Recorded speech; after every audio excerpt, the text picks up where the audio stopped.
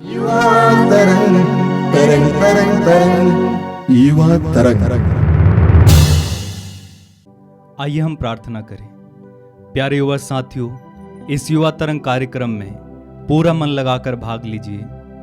अपने आप को प्रभु के हाथों में दीजिए। प्रभु आपको बुला रहे हैं। प्रभु यीशु कहते हैं, जो मेरे पास आता है मैं उसे कभी नहीं ठुकराऊंगा। जब भी आप प्रभु के पास आते हैं, प्रभु आपको कभी नहीं ठुकराते हैं। इस संसार में आपको कुछ नहीं मिलेगा। वचन में प्रभु कहते हैं, मनुष्य को इससे क्या लाभ कि वो सारा संसार तो प्राप्त कर ले, लेकिन अपनी आत्मा ही गंवा दे। आइए प्रभु के पास चले आइए। धन संपत्ति, माया मोह, ये सब क्षणिक है, नश्वर है, लेकिन प्रभु अनंत जीवन देने वाले, अमर जीवन देने वाले, बहुतायत का जीवन देने वाले। वचन में प्रभु कहते हैं, चोर केवल चुराने, मारने और नष्ट करने आता है, मैं जीवन देने आया हूं, बल्कि परिपूर्ण जीवन देने आया हूं। अपनी आंखें बंद रखें, यीशु बुला रहा है। आइए प्रभु के पास, प्रभु के करीब आइए। अपने आप को समर्पित कर दें इस समय और कहें, प्रभु तेरी इच्छा मुझ में पूरी हो जाए। धन्यवाद प्रभु, धन्यवाद, धन्यवाद प्रभु, धन्यवाद।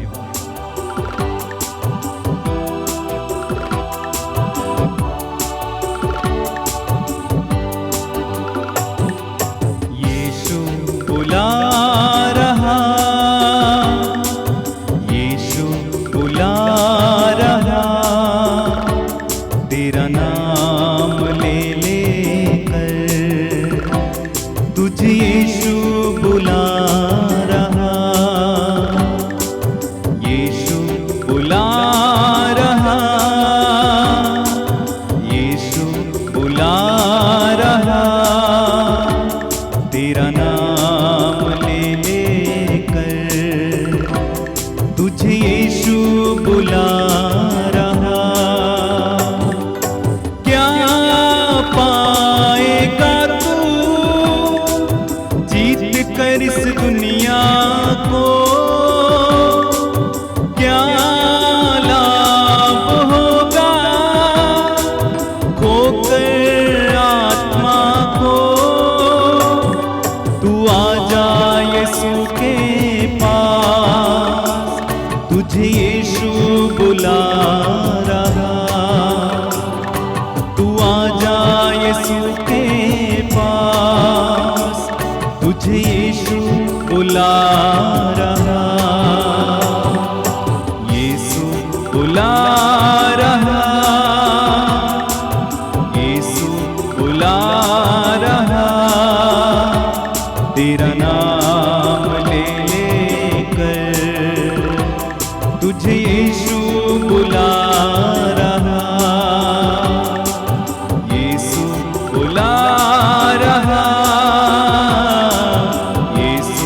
बुला रहा, तेरा नाम ले लेकर तुझे यीशु बुला रहा। सबको जय यीशु।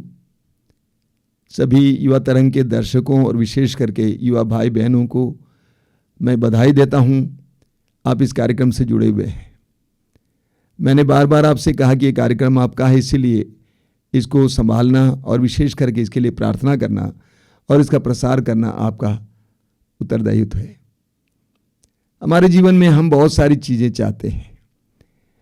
इस दुनिया में बहुत सारी बातों के लिए हमारा हृदय लालायित है और कभी कभी उस लालसा के कारण, उस लोभ के कारण हम फंस जाते हैं। मेरे सामने बहुत सारी कहानियां आई हैं जहां पर लोग अपने ही लोभ के कारण फंस गए हैं, फंदे में पड़े हैं। आज इसके विषय पर चर्चा करेंगे। हमारे भाई संदीप, आप ध्यान से सुनेंगे और एक एक वचन को ग्रहण करते जाएंगे। मेरे प्यारे युवा साथियों, आइए हम प्रभु के वचन पर मनन चिंतन करेंगे। जब आप प्रभु के वचन पर मनन चिंतन करेंगे, अपनी सारी बुद्धि, अपने सारे मन से, अपने सारे हृदय से और अपनी आंखें प्रभु के वचन पर टिकाकर प्रभु के वचन पर मनन चिंतन करने। यदि आपके पास बाइबल है, आप बाइबल मेरे साथ खोलकर पढ़ सकते हैं। जिन जिन वचनों को मैं बताता हूं उन वचनों को खोलकर पढ़ें, देखें कहाँ लिखा है और उसे नोट भी कर सकते हैं। आज के जो हमारे मनन चिंतन का विषय है वो है लूकस के सुसमाचार से अध्याय 12 पद संख्या 15। वहां पर प्रभु कहते हैं, तब ईसा ने लोगों से कहा, सावधान रहो और हर प्रकार के लोभ से बचे रहो, क्योंकि किसी के पास कितनी ही संपत्ति क्यों ना हो, उस संपत्ति से उसके जीवन की रक्षा नहीं होती। यहां प्रभु हमें सावधान कर रहे हैं। किस बात से सावधान कर रहे हैं? हर प्रकार के लोभ से, संपत्ति का लोभ, धन कमाने का लोभ, स्त्री या पुरुष का लोभ, पड़ोसी की संपत्ति का लोभ, कोई भी छोटी चीज या बड़ी चीज हो या कोई भी चीज हो उसका लोभ यानी लालच ना करो।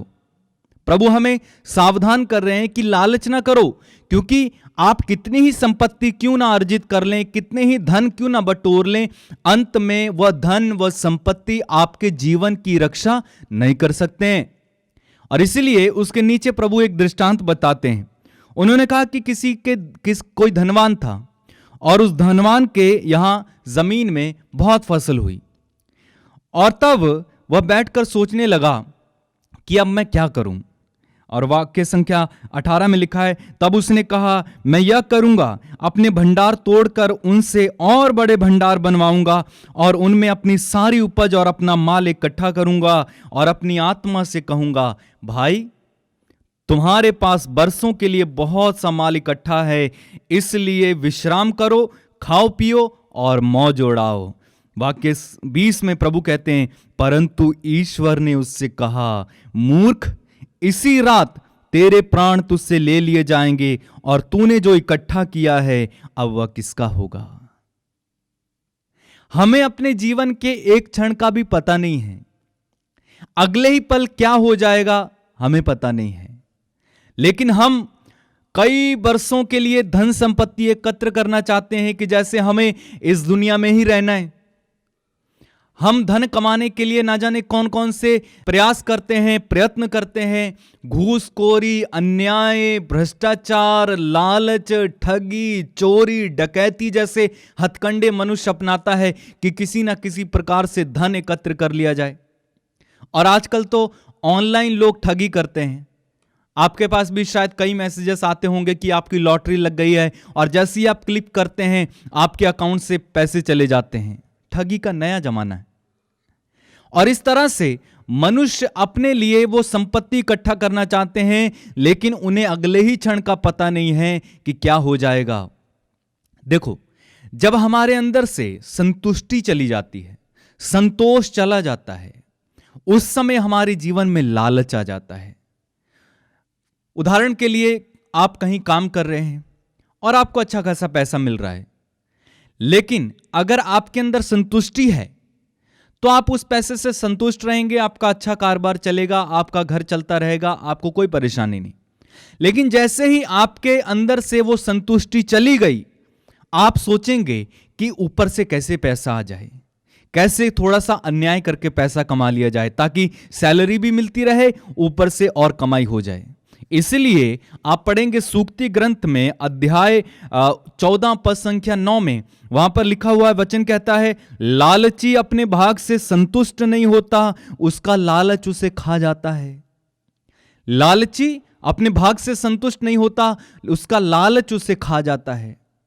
आप कहीं भी काम करते होंगे, हो सकता है आपकी अच्छी सैलरी है, सब कुछ अच्छा चल रहा है, थोड़ा सा लालच शैतान आपको दे देता है कि अरे ये कर लो, थोड़ा और पैसा कमा लेना, 1000 रुपए 2000 रुपए और एक्स्ट्रा आ जाएगा तो क्या जाता है, चलो थोड़ा और खर्चा निकल जाएगा।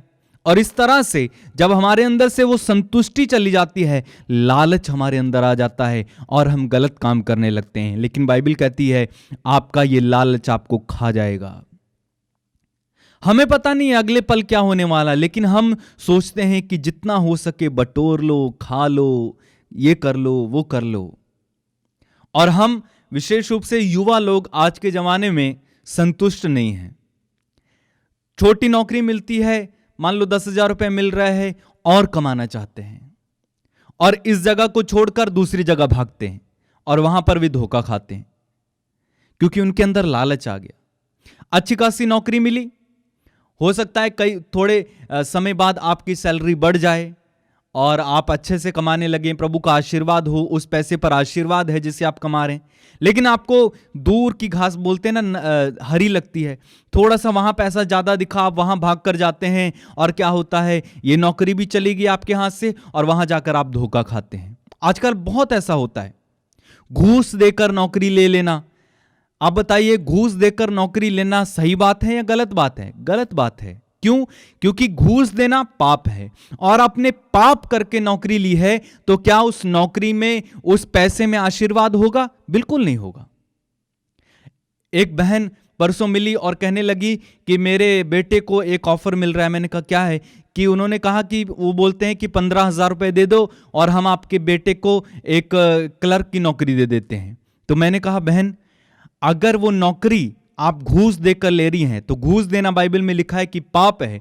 सबसे पहले आप पाप करके ही नौकरी ले रही हैं, तो क्या उस पैसे में ईश्वर का आशीर्वाद होगा? तो उसकी समझ में आ गया, तो बोली भैया जैसा परमेश्वर चाहेंगे वैसा ही होगा। मेरे भाई मेरी बहन, लालच हमें अन्याय करने पर मजबूर करता है, पाप करने पर मजबूर करता है। इसलिए आप वचन में पढ़ेंगे तिमोथी के पहले पत्र में, तिमोथी का पहला पत्र उसके अध्याय 6 में पद संख्या 10 में वहां पर लिखा हुआ है, क्योंकि धन का लालच सभी बुराइयों की जड़ है। इसी लालच में पड़कर कई लोग विश्वास के मार्ग से भटक गए और उन्होंने बहुत सारी यंत्रणाएं झेली। धन का लालच सभी बुराइयों की जड़ है। मेरे भाई मेरी बहन, पुराने विधान के राजाओं के दूसरे ग्रंथ में हम एलिशा के बारे में पढ़ते हैं। उसके एक गेहजी नामक एक नौकर था, दास था, और एलिशा प्रभु भक्त था, प्रभु से जुड़ा हुआ व्यक्ति था। एक बार आप जानते हैं कि नामान नामक एक कोढ़ी उसके पास आया और एलिशा ने उससे कहा कि जाओ यरदन नदी में 7 बार डुबकी लगाना और उसके बाद आपका कोढ़ दूर हो जाएगा। और वो राजा बड़ा क्रुद्ध हो जाता है और कहता है कि हमारे मिस्र में कौन सी कम नदियां थी जो हमें यरदन नदी में डुबकी लगाने के लिए बोल रहे हैं। लेकिन उसके सेवकों ने उसे समझाया कि आपको डुबकी ही तो लगाना है 7 बार, अगर कोई बड़ा काम करने के लिए कहा जाता तब भी तो आप करते।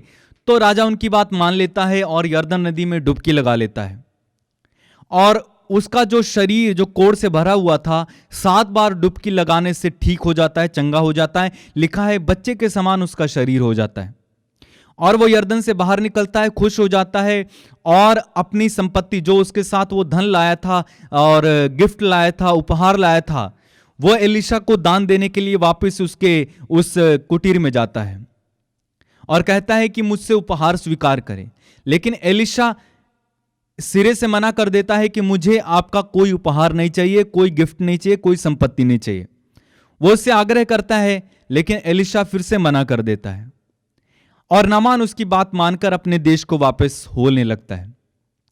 लेकिन तभी ये गेहजी जो उसका नौकर था एलिशा का, ये सोचता है अपने मन में, मेरा मालिक कैसा है, बताओ, उपहार मिल रहे थे, गिफ्ट मिल रहे थे, और मेरा मालिक नकार रहा है। तो उसने सोचा कि मेरा मालिक कौन सा जानता है।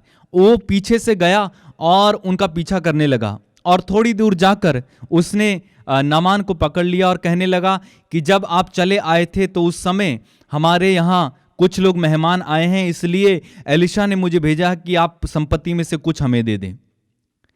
और नामान उसे कुछ संपत्ति वहां से जो उपहार लाया था उसमें से दे देता है, और गेहजी उन्हें ले जाकर छिपा देता है और वापस एलिशा के पास आता है।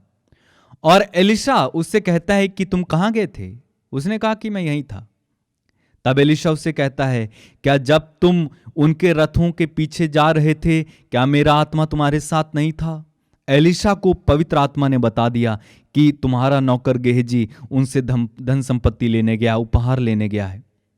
झूठ बोलकर वो भी, क्योंकि गेहजी के मन में लालच आ गया था, उस उपहारों के प्रति, धन संपत्ति के प्रति लालच आ गया, और वो उसे लेने के लिए उतावला हो गया। उसके मन लालच से भर गया, संतुष्टि चली गई। और तब एलिशा उससे कहता है कि जो कोढ़ नामान को था वही कोढ़ अब तुझे हो जाएगा। और उसी समय गेहजी का पूरा शरीर कोढ़ से भर जाता है। आप जानते हैं उस पैसे में, उस नामान के उस धन में, उस संपत्ति में कोढ़ का श्राप था। और जब गेहजी ने वो संपत्ति ले ली, वही श्राप गेहजी पर भी पड़ गया। मेरे भाई मेरी बहन, इसलिए प्रभु कहते हैं सावधान रहो, हर प्रकार के लोभ से बचते रहो। आप नहीं जानते हैं कि जो संपत्ति आप अन्याय से कमा रहे हैं, घूस लेकर कमा रहे हैं, या पाप करके जो संपत्ति या धन कमा रहे हैं, जो पैसा कमा रहे हैं, उस पर क्या श्राप लगा हुआ है आप नहीं जानते।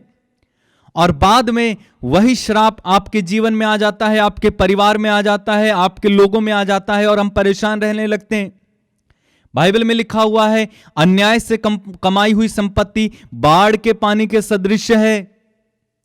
एक बार में बहुत सारा पैसा आ तो जाता है। आपने देखा होगा जब बाढ़ आती है तो उस समय क्या होता है, बहुत सारा पानी आ जाता है, लेकिन उस पानी के साथ बहुत सारी गंदगी भी आ जाती है। जहां जहां वो पानी जाता है वहां वहां वो गंदगी लेकर आता है, लेकिन बाढ़ का पानी सब कुछ बहाकर अपने साथ ले जाता है। बाइबल में लिखा है अन्याय से कमाई हुई संपत्ति बाढ़ के पानी के सदृश है।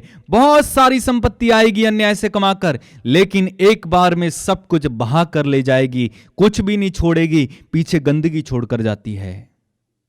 इसलिए प्रभु कहते हैं सावधान रहो।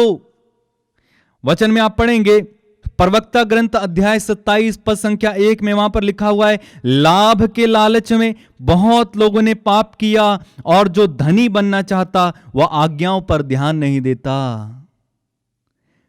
प्रवक्ता ग्रंथ अध्याय 27 वाक्य 1, फिर से पढ़ता हूं। लाभ के लालच में बहुत लोगों ने पाप किया, और जो धनी बनना चाहता है वह आज्ञाओं पर ध्यान नहीं देता। जो धनी बनना चाहता है वह आज्ञाओं पर ध्यान नहीं देता है। प्रभु ने हमें आज्ञा दी, 10 नियम दिए, उसमें से अंतिम 2 आज्ञाएं 9वीं और 10वीं क्या है, पराई स्त्री की कामना ना करना और पराये धन का लालच ना करना। लेकिन इन आज्ञाओं को हम तोड़ देते हैं जब हम धन संपत्ति कमाने के इच्छुक बन जाते हैं, जब हमारे अंदर से संतुष्टि चली जाती है, लालच आ जाता है, इन आज्ञाओं को हम तोड़ते हैं। एक बार मुझे एक बहुत ही मार्मिक कहानी सुनने को मिली, सच्ची घटना है। एक व्यक्ति था, वो अपने यहां से दूसरी जगह काम करने के लिए गया, क्योंकि अपने यहां उसे अच्छा काम नहीं मिल रहा था। दूसरी जगह उसे काम मिल गया, और वो वहां पर अपने घर से काफी दूर था, वहां पर रहकर काम करने लगता है। तभी उसकी मुलाकात एक दूसरे व्यक्ति से होती है, और उन दोनों में गहरी दोस्ती होने लगती है। दोनों दोस्त बन जाते हैं। अब जो भी ये पैसा कमा रहा था, उसके पास वहां कोई अकाउंट नहीं था, कोई धन अपना पैसा जमा करने के लिए कोई सोर्स नहीं था। तो उसने अपने दोस्त से कहा कि देखो यार, मेरे ये पैसे हैं, तुम अपने बैंक अकाउंट में जमा कर लो, जब मुझे ज़रूरत पड़ेगी तो मुझे लौटा देना। तो दोनों में काफ़ी दोस्ती थी। उसने उस दोस्त पर विश्वास किया और सोचा कि मेरा दोस्त है, मेरे साथ धोखा नहीं करेगा, और वो उसके अकाउंट में पैसे जमा करने लगा। कई वर्ष बीत गए, पैसा जमा करता रहा तो काफ़ी पैसा हो गया, लाखों में रुपए थे। इसी दौरान उसकी शादी भी वहां पर हो जाती है, और वो शादी करके रहने लगता है। और उसने इन पैसों के बारे में जो अपने दोस्त के अकाउंट में जमा कर रहा था, अपनी पत्नी को भी बताया कि ऐसे ऐसे मैं अपने दोस्त के अकाउंट में पैसे जमा कर रहा हूं। तो उसकी पत्नी कहती है कि चलो ठीक है, लेकिन अब अपना अकाउंट खोल लो और उसमें जमा करना। तो धीरे से ये व्यक्ति पैसे उससे मांगने लगता है और कहता है कि मेरा जो भी पैसा है आपके अकाउंट में है, मुझे लौटा दो, अब मुझे ज़रूरत है। लेकिन वो दोस्त टाल मटोल करने लगता है कि हाँ आज ले लेना, कल ले लेना, चलो थोड़े दिनों बाद मैं लौटा दूंगा। और इस तरह से चलता रहता है। वो बार बार कहता है, लेकिन बार बार उसका दोस्त टालता रहता है। तभी अचानक इस व्यक्ति की तबीयत खराब होती है, और अपने दोस्त के पास जाता है और कहता है कि मुझे देखो पैसों की बहुत ज़्यादा ज़रूरत है, मेरी तबीयत भी खराब है, बुखार भी हो रहा है, और मुझे पैसे लौटा दो आज। तो उसका दोस्त कहता है कि चलो पैसा तो लौटा दूंगा, पहले तुमको दवाई दिला देते हैं। और वो स्टोर पर जाता है और कुछ इंजेक्शन लेता है, और कहीं दूर जगह जाकर अपने दोस्त को एक इंजेक्शन देता है। लेकिन वो उस इंजेक्शन में पॉइजन था, जहर। और उसका दोस्त कहता है कि अब तुम्हें इंजेक्शन दे दिया, अब तुम घर जाकर सो जाओ। और वो घर चला जाता है, सो जाता है, उसके बाद कभी नहीं उठता है, वो मर जाता है। ये सच्ची घटना है। हाँ, तो उसकी पत्नी को शक हो जाता है कि इसके दोस्त ने मेरे पति को मार दिया है, और वो बदला लेने के लिए उससे उतावली हो जाती है कि इससे बदला लिया जाए, क्योंकि उसको पता चल चुका था कि इसके दोस्त ने ही मेरे पति को मारा है। और वो सोचती रहती है, और धीरे धीरे उस व्यक्ति के करीब आती है, और धीरे धीरे दोनों में दोस्ती हो जाती, प्यार हो जाता है, फिर दोनों शादी करते हैं। लेकिन इस स्त्री के मन में बदले की भावना चल रही है कि किसी तरह से इससे बदला लेना है, और शादी कर लेते हैं। और लगभग 2-3-6 महीने के बाद जब एक दिन वो सोया हुआ था उसका पति, तो उसके पास पिस्टल थी, उसने पिस्टल से उस पर गोलियां चला दी और रात को उसकी मृत्यु हो जाती है। अब मुझे बताइए कि वो जो पैसा उसने उस दोस्त से ठगा था, जो धोखा उसके साथ किया था, क्या उसके काम आया? नहीं आया। एक लालच ने, उसके अंदर जो लालच आया, उसके दोस्त का जीवन ले लिया, उसके खुद का जीवन ले लिया। इसलिए बाइबल में लिखा हुआ है, लाभ के लालच में बहुत लोगों ने पाप किया। जो धनी बनना चाहता है वह आज्ञाओं पर ध्यान नहीं देता। मेरे भाई मेरी बहन, वचन में लिखा हुआ है, प्रज्ञा ग्रंथ अध्याय 4 वाक्य 12 में लिखा हुआ है, क्योंकि बुराई का सम्मोहन भलाई को धुंधलाता है, और लालच की तीव्रता सरल हृदय को दूषित बना देती है। लालच की तीव्रता, यानी जो लालच की तीव्रता होती है, लालच की तीव्रता हमारे शुद्ध मन को दूषित कर देती है। आपके मन दूषित हो जाएगा। और वचन में लिखा हुआ है, अगर आप पढ़ेंगे कुरिन्थियों के पहले पत्र अध्याय 6 वचन संख्या 10 में, वहां पर लिखा हुआ है, चोर, लोभी यानी लालची व्यक्ति, शराबी, निंदक और धोखेबाज ईश्वर के राज्य के अधिकारी नहीं होंगे। यदि आप लोभी हैं, लालची हैं, तो यह लालच आपको ईश्वर के राज्य से वंचित कर सकता है। मेरे भाई मेरी बहन, आप ईश्वर के राज्य के अधिकारी नहीं हो सकते हैं। और एक जगह लिखा हुआ है, लोभ मूर्ति पूजक के बराबर है। इसलिए वचन में प्रभु ने हमें समझाया कि हर तरह के लोभ से बचे रहो। आप जानते हैं कि जब हमारे अंदर लोभ हो जाता है, लालच आ जाता है, उस समय हम इतने उतावले हो जाते हैं धन संपत्ति के लिए कि एक जगह से दूसरी जगह, दूसरी जगह से तीसरी जगह, तीसरी जगह से चौथी जगह धन संपत्ति कमाने के लिए भटकते फिरते। मान लो आपने बहुत सारी संपत्ति कमा ली, करोड़ों रुपए आपके पास आपने कमा के रखे हुए हैं, और उसमें से आप 10,000 भी अपने लिए इस्तेमाल नहीं कर सके और आपकी मृत्यु हो गई, तो क्या उस करोड़ों की संपत्ति से कोई फायदा है? नहीं है। आप उस संपत्ति में से एक हिस्सा भी अपने लिए खर्च नहीं कर सके, अपने लिए इस्तेमाल नहीं कर सके, क्या उस संपत्ति से कोई फायदा है? बिल्कुल नहीं है। तो ऐसी संपत्ति से क्या फायदा?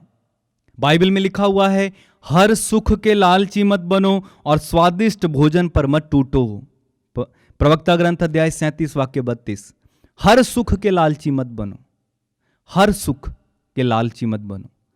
हो सकता है हमें अलग अलग तरह से सुख मिलता है, पाप करके भी सुख मिलता है, बुराई करके भी सुख मिलता है, लेकिन उस सुख के लालची मत बनो, क्योंकि वह सुख अंत में तुम्हें दुखी बनाएगा, तुम्हारे बच्चों को दुखी बनाएगा, तुम्हारे परिवार को दुखी बनाएगा। इसलिए कई परिवारों में दुख है, विपत्ति है, परेशानी है, क्योंकि उनके पास संपत्ति, आपने देखा होगा बहुत सारी संपत्ति है, लेकिन उस परिवार में दुख जाता नहीं है, बीमारियां जाती नहीं हैं, उस परिवार से संकट मिटता नहीं है। क्यों? क्योंकि वो संपत्ति में श्राप लगा हुआ है, वो संपत्ति धोखे से कमाई हुई संपत्ति है, वो संपत्ति अन्याय से कमाई हुई संपत्ति है। एक बार और एक घटना मुझे सुनने को मिली कि एक व्यक्ति था, धनी था, उसके पड़ोस में एक विधवा महिला रहती थी। उसने उससे जाकर कहा कि हम आपकी मदद करना चाहते हैं, और बारिश के दिन थे, कुछ खाने पीने को भी नहीं था। उसने उसकी मदद कर दी, कुछ राशन ला के दे दिया, कुछ पैसे दे दिए। विधवा खुश हो गई। जब बच्चे स्कूल जाने लगे तो उसके बच्चे नहीं जा रहे थे। इसने कहा कि चलो अपने बच्चों को स्कूल में डाल दो, मैं मदद करूंगा, और मदद करने लगा। धीरे धीरे ऐसे कुछ पैसे देते गया और एक दिन एक स्टैम्प पेपर लेकर आया और बोला कि इस पर अंगूठा लगा दो, और उसने अंगूठा लगा दिया। तब बाद में पता चला कि विधवा की जो थोड़ी सी संपत्ति थी, जो ज़मीन थी, उसको उसने हड़प लिया। उस स्टाम्प पर उसने जो है अंगूठा लगाकर ये लिख लिया है कि मैंने इससे पैसे लिए हैं और अपना खेत मैं इसके नाम कर देती हूँ। और धोखे से उस विधवा की संपत्ति को यह हड़प लेता है। धनी व्यक्ति था, कोई कमी नहीं थी। लेकिन आप जानते हैं इसका नतीजा क्या हुआ? नतीजा ये हुआ कि उसके जो बच्चे थे उनमें से किसी की शादी नहीं हो रही थी, और उनमें से किसी की शादी भी हुई तो उनको कोई बच्चा पैदा नहीं हो रहा था। अब ये परेशान हो गया क्योंकि कई की तो शादी नहीं हो रही है, और अगर शादी हो भी गई एक दो की तो उसमें से बच्चा पैदा नहीं हो रहा है।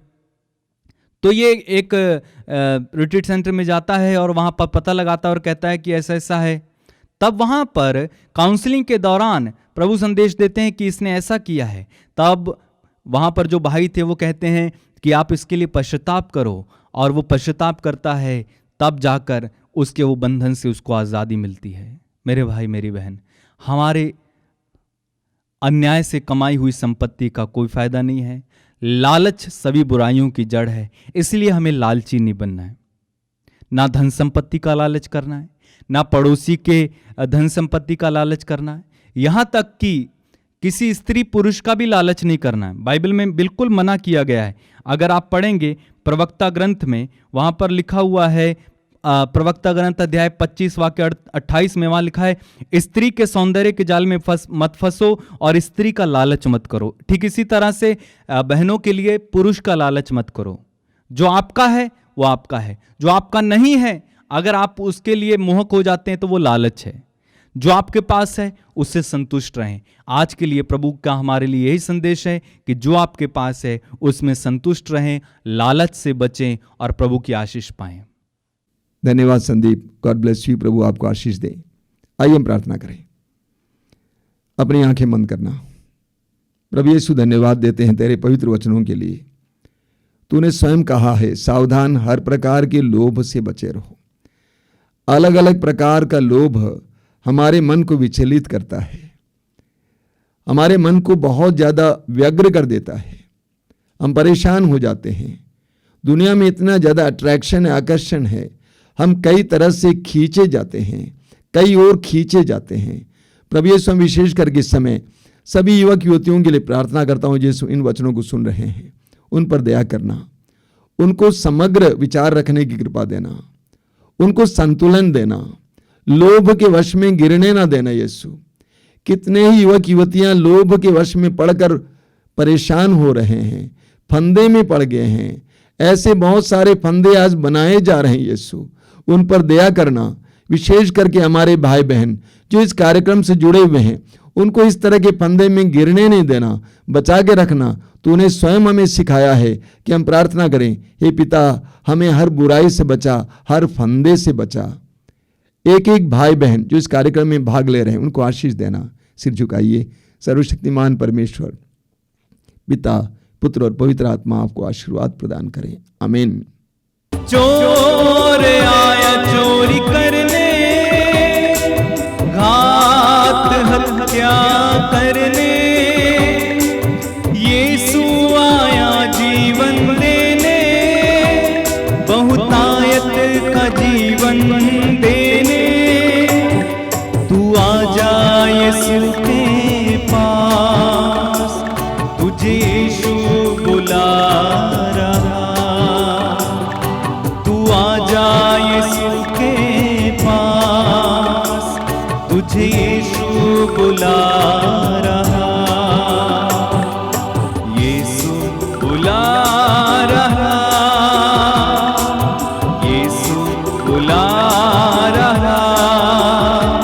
तेरा नाम ले लेकर तुझे यीशु बुला रहा। यीशु बुला रहा, यीशु बुला रहा। तेरा नाम ले लेकर तुझे यीशु बुला रहा।